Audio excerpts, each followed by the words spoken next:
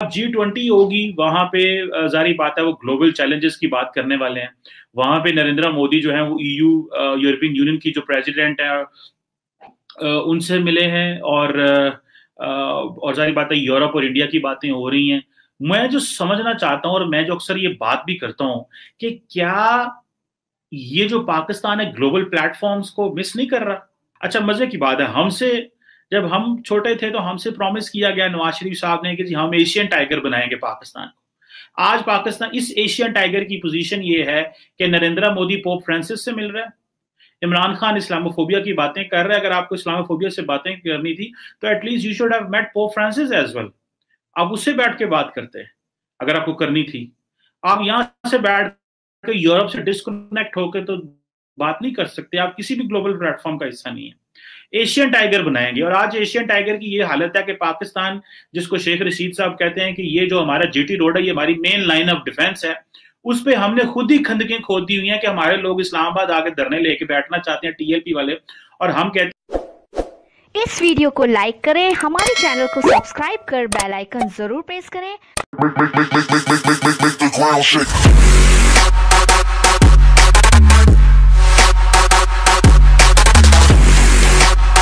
नहीं कर सकते। आप किसी भी ग्लोबल प्लेटफॉर्म का हिस्सा नहीं है। एशियन टाइगर बनाएंगे, और आज एशियन टाइगर की ये हालत है कि पाकिस्तान, जिसको शेख रशीद साहब कहते हैं कि ये जो हमारा जीटी रोड है ये हमारी मेन लाइन ऑफ डिफेंस है, उस पे हमने खुद ही खंदकें खोद दी हुई हैं कि हमारे लोग इस्लामाबाद आके धरने लेके बैठना चाहते हैं, टीएलपी वाले। और हम कहते हैं कि वो नरेंद्र मोदी, भारत के वजीर आजम जो हैं, वो इस वक्त G20 समिट के लिए जो है वो रोम पहुंच गए हैं। और मजे की बात यह है कि वो पोप फ्रांसिस से भी मुलाकात करेंगे, और वो वहां पे महात्मा गांधी को भी ट्रिब्यूट पे करेंगे। मैं जो बात करना चाह रहा हूं, जो मेरी आज की डिस्कशन का जो पॉइंट है वो ये है कि क्या पाकिस्तान जो है वो ग्लोबल फोरम्स को मिस कर रहा है, ग्लोबल प्लेटफॉर्म्स को मिस कर रहा है। क्योंकि नरेंद्र मोदी जो है, जो ग्लासगो में 26 कॉन्फ्रेंस ऑफ पार्टी, जिसे COP26 जिसका नाम है, जो कि यूएन फ्रेमवर्क के तहत हो रही है, क्लाइमेट चेंज कॉन्फ्रेंस हो रही है, उसमें भी हिस्सा ले रहे हैं। और अभी तक तो मुझे ये पता चला है, आई एम नॉट श्योर 100%, लेकिन शायद वजीर आजम इमरान खान जो है वो ग्लासगो नहीं जाएंगे। लास्ट टाइम भी वो नहीं गए थे इंग्लैंड, एक बायलैटरल विजिट पे। दो वजूहात थी। एक तो ये कि उन्होंने कहा जी कि सारा पाकिस्तान रेड लिस्ट पे है, मैं क्यों जाऊं वहां पे। That was a good point at least. लेकिन at the same time Pakistan was expecting too much, और इंग्लैंड ने ये कहा जी कि हम सारा कुछ करने को तैयार हैं, लेकिन we are a very serious country, हमारे साथ मुज़ाकरात करने हैं, बात करने हैं। तो एक तो हम आपको इंडिया जैसा पैकेज शायद नहीं दे सकते, लेकिन अगर इंडिया जैसा पैकेज लेना है तो that must not be at the cost of शायद कश्मीर। ये नहीं कि आप वो बायलैटरल्स भी करें और उसमें कश्मीर ले आए और इसी की चीजें घुमाते रहें। आपको पता है कि यूरोपियंस बड़े टफ स्टैंड लेते जा रहे हैं जैसे जैसे भारत का एक क्लाउड जो है वो डेवलप होता जा रहा है। बट एनी हाउ, लेकिन मैं आपको ये बताऊं कि G20 तो गए, सारी बात है, वहां पे एक बड़े पैमाने पे डिस्कशन होंगे। लेकिन सबसे पहले बताऊं, ये महात्मा गांधी फैक्टर, ये इंडिया ने महात्मा गांधी फैक्टर को बहुत ज्यादा कैश किया, और वो इस तरह कि हर साल I think, if I am not wrong, in November जो है ये मनाया जाता है पूरी दुनिया में। अक्टूबर या नवंबर में, मुझे एग्जैक्ट 2 अक्टूबर होते हैं या 2 नवंबर होता है, आई एम सॉरी, मैं कंफ्यूज, इस पे चेक कर लीजिएगा, कि पूरी दुनिया में नॉन वायलेंस डे मनाया जाता है। और ये एक बड़ा एडवांटेज आता है इंडिया को, और ये यूनाइटेड नेशंस कहता है। अब देखें, ये जो इंटरनेशनलाइजेशन ऑफ इंडियन वैल्यूज की वो लेके जा रहे हैं, कि वो नॉन वायलेंस को, योगा को, इन चीजों को लेके जा रहे हैं। दूसरी तरफ पाकिस्तान जो है वो इस्लामोफोबिया का डे मनाता है OIC में। So this is how they are making things, कि आप किस तरह चीजों को इंटरनेशनलाइज कर रहे हैं, आप अपना पर्सपेक्टिव किस तरह दुनिया में लेके जा रहे हैं, वो किस तरह अपना पर्सपेक्टिव लेके जा रहे हैं, वो एक यूनिवर्सल वैल्यू की तरफ लेके जा रहे हैं, और आप घटघट के वो इस्लाम और मजहब और रिलीजन और OIC में ही रह रहे हैं। और उसमें भी आपको पता है कि वो हमारे साथ OIC वाले क्या कर रहे हैं। शारजा से श्रीनगर सुना प्रवास भी शुरू हो चुकी है। फिर उसके बाद UAE दुबई जो गवर्नमेंट है वो अरबों रुपए लगाएगी कश्मीर में। कश्मीर का उसको उन्होंने ऑलमोस्ट खत्म कर दिया, उन्होंने स्क्रैप कर दिया होगा कश्मीर को। हम, हमारे लिए बहुत इंपॉर्टेंट है, हम इस कॉज को नहीं छोड़ सकते। ये पाकिस्तान की obviously this is important, one of the important foreign policy cornerstone जो हम कहते हैं कि ये है। लेकिन the world has left it, दुनिया ने इसको छोड़ दिया है। अब G20 होगी, वहां पे जारी बात है वो ग्लोबल चैलेंजेस की बात करने वाले हैं। वहां पे नरेंद्र मोदी जो है वो EU यूरोपियन यूनियन की जो प्रेसिडेंट है उनसे मिले हैं, और जारी बात है यूरोप और इंडिया की बातें हो रही हैं। मैं जो समझना चाहता हूं और मैं जो अक्सर ये बात भी करता हूं कि क्या ये जो पाकिस्तान है ग्लोबल प्लेटफॉर्म्स को मिस नहीं कर रहा? G20 जैसा प्लेटफॉर्म, वो सारी बात है। G20 में ये तो नहीं है कि हम उसकी नेशनैलिटी जाके मेंबरशिप अप्लाई कर सकते हैं। The problem is they look into nations profile and they get in there, simple सी बात है। अच्छा, मजे की बात है, हमसे जब हम छोटे थे तो हमसे प्रॉमिस किया गया नवाज शरीफ साहब ने कि जी हम एशियन टाइगर बनाएंगे पाकिस्तान को। आज पाकिस्तान इस एशियन टाइगर की पोजीशन ये है कि नरेंद्र मोदी पोप फ्रांसिस से मिल रहा है, इमरान खान इस्लामोफोबिया की बातें कर रहे हैं। अगर आपको इस्लामोफोबिया से बातें करनी थी तो at least you should have met Pope Francis as well. आप उससे बैठ के बात करते हैं अगर आपको करनी थी। आप यहां से बैठ के यूरोप से डिस्कनेक्ट होकर तो बात नहीं कर सकते। आप किसी भी ग्लोबल प्लेटफॉर्म का हिस्सा नहीं है।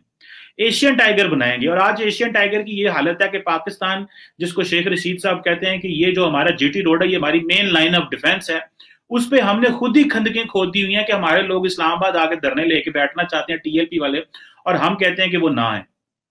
तो एशियन टाइगर की ये पोजीशन है कि एशियन टाइगर एट होम, हमारी किसी से लड़ाई नहीं, हम तो आपस में लड़ रहे हैं एक दूसरे के साथ। यहाँ सिविल मिलिट्री मामलात रहते हैं, पॉलिटिकल पार्टीज के इशू रहते हैं, सिविलियन अपनी बलदस्ती चाहते हैं।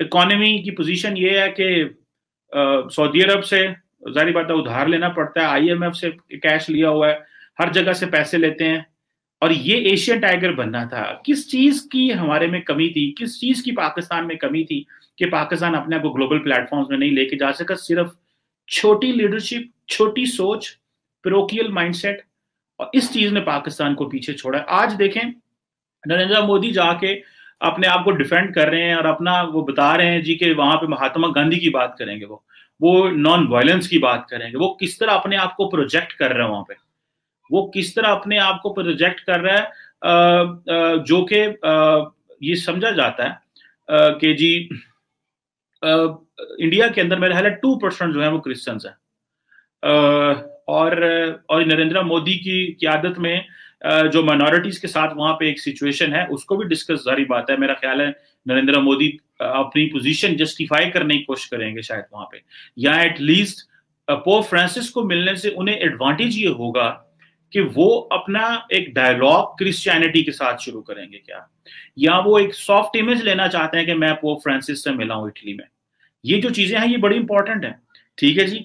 और ये जो ग्लोबल प्लेटफॉर्म्स पे ना होना, आज हम G20 पे नहीं है, ठीक है जी, आज हम G20 पे नहीं है तो हमारे लिए हमारी बात नहीं हो पा रही, हमारा मौकफ नहीं वहां पे जा रहा। अफगानिस्तान में क्या होना है, G20 डिस्कस कर रही है, वो कतर को बुला लेते हैं, वो हमें नहीं बुलाते।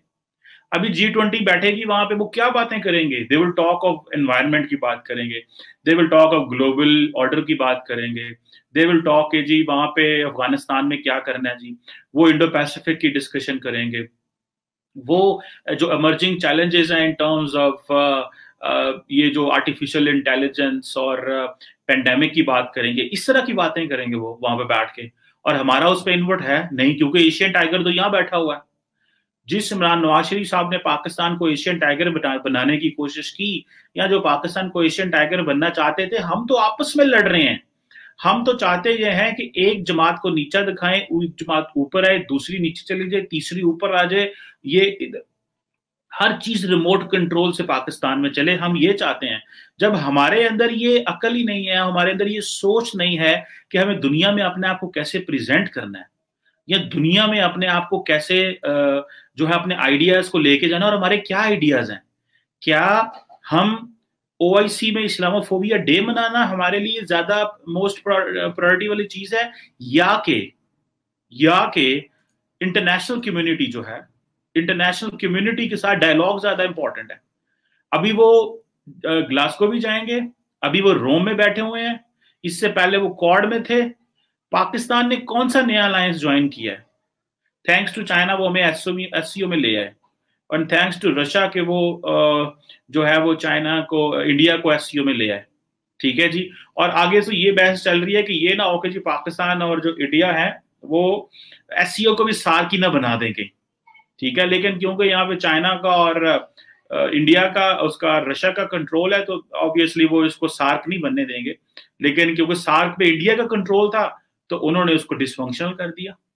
हमारा क्या प्लान है? What is our plan of action for 20 years, for 30 years? हमें अगले 20-30 साल बाद क्या करना है? क्या हमने आईटी में क्या करना है? हमने ग्लोबली हमारा क्या विजन है? कल मैं एक पाकिस्तान, हम यही बातें सिर्फ कर रहे हैं। कल एक पाकिस्तान में कॉन्फ्रेंस हुई जो कि यहाँ पे एक थिंक टैंक ने की, उसका ये था कि actualization and identification and actualization of Pakistani narrative, कि हमारा नैरेटिव है क्या, उसको एक्चुअली रिप्रेजेंट कैसे करना है। अब वो जो नैरेटिव था वो 2-3 चीजों पे घूम रहा था जो मैं हैरान हुआ बड़ा। पहली बात इंडिया, दूसरी बात अमेरिका, अफगानिस्तान और हमारे इंटरनल प्रॉब्लम। इसके अलावा उस कॉन्फ्रेंस में बात ही कोई नहीं हुई।